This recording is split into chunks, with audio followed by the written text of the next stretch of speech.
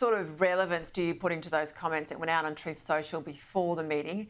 A tweet from the president that says that they would recommence, the US would recommence the testing of nuclear weapons. Well, on its merits, leverage?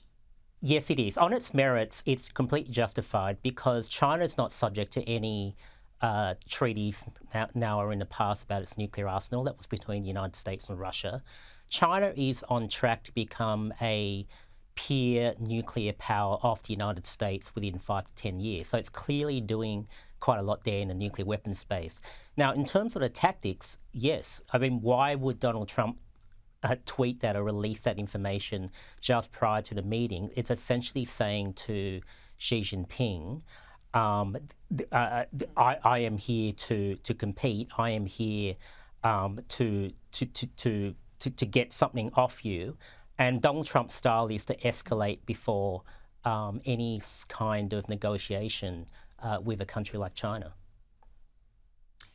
Yes, it is. What about Taiwan? I mean, were they likely to have watched what we saw in the bonhomie today and felt perhaps more isolated than ever, or can they rely on the agreements they have with the United States, do you think?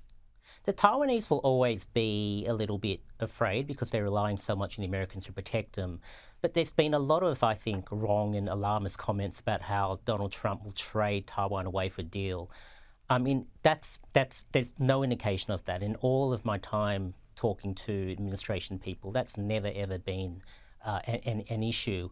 Look, the Taiwanese would look at this, they would understand what's going on. Their main concern is that the Trump administration will still insist that they spend a lot more on defence if they want the Americans to offer them that protection. So that's really what the Taiwanese would be most worried about. John, before we go, can I ask you about this Universities Australia speculation today that they're about to ink a deal with China to boost research collaboration and student exchanges.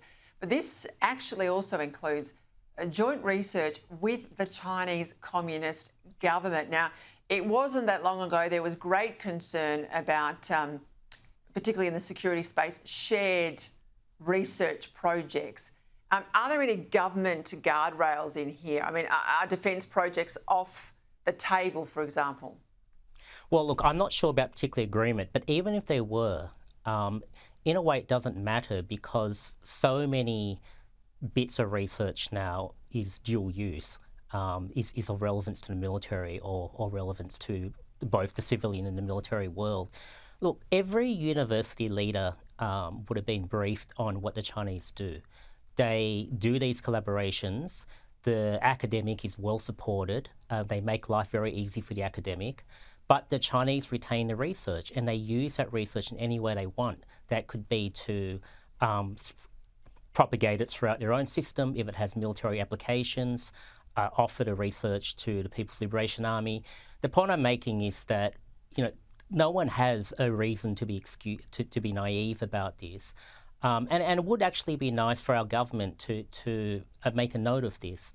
I don't think the government can sit back when these sorts of agreements are being made. And remember that the foreign minister can actually overrule any agreement in the national interest under legislation. They should do that if this agreement goes ahead. Just on that, John, then, OK, so you think that the government should step in, that the federal government should say, well, no, we're not going to have these research projects. I would prefer that the university took the responsibility, but if they're being universally intentionally blind or willfully blind, then I think it is the duty of the government to stop these collaborations. Well, I'd agree with you on that point, but we'll see what happens. John Lee, thank you.